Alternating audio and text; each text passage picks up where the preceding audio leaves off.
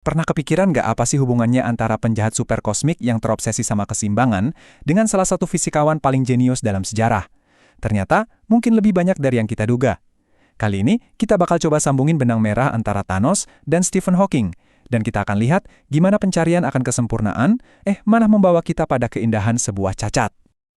Oke, kita mulai dari mana? Tentu saja dari si penjahat utamanya, Thanos, dan gagasannya yang terkenal banget soal keseimbangan yang sempurna.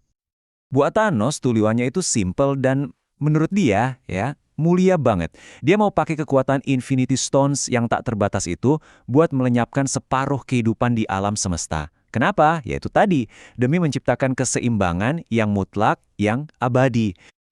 Nah, disinilah pertanyaan besarnya muncul. Gimana kalau seluruh keyakinan Thanos itu keliru? Gimana kalau gagasan tentang keseimbangan yang kaku dan sempurna itu justru bertentangan dengan cara kerja alam semesta kita yang sebenarnya? Sekarang coba kita balikkan cara pandangnya. Kita lihat argumen tandingannya. Sebuah argumen yang bilang kalau bukan kesempurnaan, tapi justru ketidaksempurnaan yang jadi kunci dari keberadaan kita semua. Jadi gini, perbedaannya tuh jelas banget. Thanos pengen alam semesta yang statis, seimbang, nggak berubah. Tapi, sains justru nunjukin kalau alam semesta kita ini hidup dan terus berevolusi justru karena ada cacat atau ketidaksempurnaan yang dinamis, yang justru membuka ruang untuk penciptaan. Coba deh, bayangin gasing. Harapan kita kan gasing itu berputar dengan sempurna selamanya. Tapi kenyataannya, dia pasti akan goyang, ada cacat dalam putarannya. Nah, analogi ini pas banget, karena justru goyangan itulah yang jadi sifat alaminya, bukan kesempurnaan putarannya. Nah, buat ngerti kesempurnaan dalam fisika, kita harus kenalan sama yang namanya simetri. Gampangnya, bayangin sayap kupu-kupu. Kita tahu sayap kiri itu bagian dari sebuah kesatuan yang sempurna, karena dia persis sama dengan sayap kanan, kayak cermin. Itulah simetri. Setiap bagian adalah cerminan dari sebuah kesempurnaan yang lebih besar. Dan ini bukan sekedar konsep loh. Ada seorang matematikawan hebat, Emmy Noether, yang membuktikan kalau hukum paling dasar di alam semesta, misalnya hukum kekekalan energi, yang bilang energi nggak bisa diciptakan atau dimusnahkan, itu ternyata lahir langsung dari prinsip simetri ini. Penemuan ini bikin para ilmuwan jadi makin semangat untuk mencari satu simetri pamungkas yang mengatur segalanya. Oke, sekarang yuk kita ikutin jejak para ilmuwan ini dalam perjalanan mereka memutar mundur waktu kembali ke titik paling awal dari alam semesta itu sendiri. Semua bukti ini kalau kita lihat kayak potongan puzzle yang mengarah ke satu kesimpulan yang sama.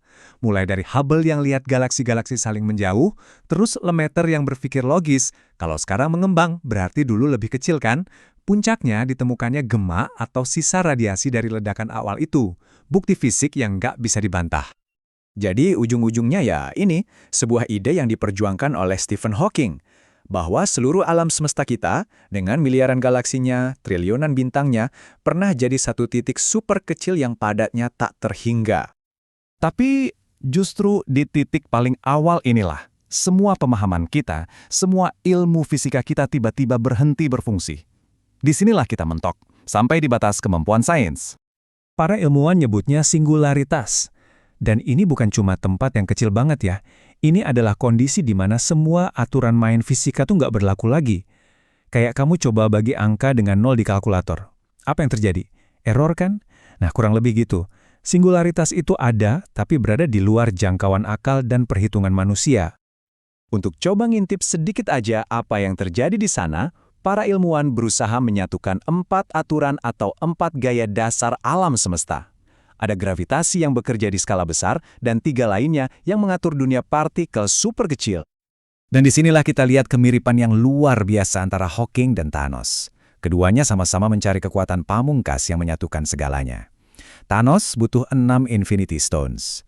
Hawking, di sisi lain, butuh satu teori, satu persamaan yang bisa menjelaskan seluruh alam semesta. The Theory of Everything. Masalahnya, dunia partikel super kecil ini, dunia kuantum, ternyata aneh banget. Nggak berjalan sesuai logika kita sehari-hari. Bukannya kepastian, fondasi realitas kita ini justru dibangun di atas probabilitas dan ketidakpastian. Saking anehnya, bahkan Richard Feynman, salah satu arsitek teori kuantum, pernah bilang gitu, kalau kamu merasa sudah paham mekanika kuantum, itu tandanya kamu sama sekali belum paham. Ini menunjukkan betapa misteriusnya dunia subatomik itu, bahkan buat para jenius sekalipun. Einstein dia benci banget sama ide ini. Buat dia, alam semesta itu harusnya elegan, teratur, sempurna. Gak mungkin realitas itu didasarkan pada keacakan dadu. Pernyataannya yang terkenal ini adalah bentuk penolakannya terhadap ketidakpastian dunia kuantum. Tapi, Stephen Hawking punya jawaban yang jenius banget buat Einstein. Dia bilang, Tuhan bukan cuma main dadu, tapi kadang-kadang dadunya dilempar ke tempat yang gak bisa kita lihat. Ini bukan cuma menerima adanya keacakan, tapi juga sebuah pengakuan bahwa ada batas dalam pengetahuan kita. Ada hal-hal yang mungkin selamanya tersembunyi. Dan pencarian tanpa henti ini, ironisnya, malah membawa kita ke sebuah kesimpulan yang sama sekali nggak terduga, tentang batas kemampuan akal manusia itu sendiri. Ini poin yang penting banget. Stephen Hawking sendiri, orang yang paling getol ngejar teori segalanya, di akhir hidupnya mengakui, mungkin teori itu nggak ada. Mungkin nggak ada satu set aturan sederhana yang bisa menjelaskan segalanya. Pencarian kesempurnaan teoritis ini akhirnya menemui jalan buntu. Jadi, apa dong artinya semua ini? Nah, sumber analisis kita ini ngasih pandangan menarik, bahwa cacat dan batas yang kita temukan dalam sains itu bukanlah sebuah kegagalan. Justru sebaliknya, itu adalah penunjuk arah. Ketidaksempurnaan yang kita lihat di alam semesta ini mungkin cuma bayangan dari sebuah kesempurnaan tunggal yang jauh lebih besar, yang berada di luar jangkauan kita. Mungkin tujuan akhir dari ilmu pengetahuan itu bukan untuk punya semua jawaban. Mungkin tujuannya justru untuk membawa kita ke tepi jurang pemahaman, di mana kita bisa mengakui adanya sesuatu yang jauh lebih besar dari apa yang bisa kita ukur atau definisikan. Jadi kita tutup dengan pertanyaan ini buat Anda renungkan. Kalau para pemikir paling brilian di dunia saja nggak bisa sepenuhnya memahami satu partikel terkecil, lalu apa sebenarnya tujuan utama kita mencari pengetahuan? Mungkin seperti yang ditunjukkan oleh perjalanan dari Thanos ke Hawking ini, tujuannya bukanlah penguasaan, melainkan kekaguman.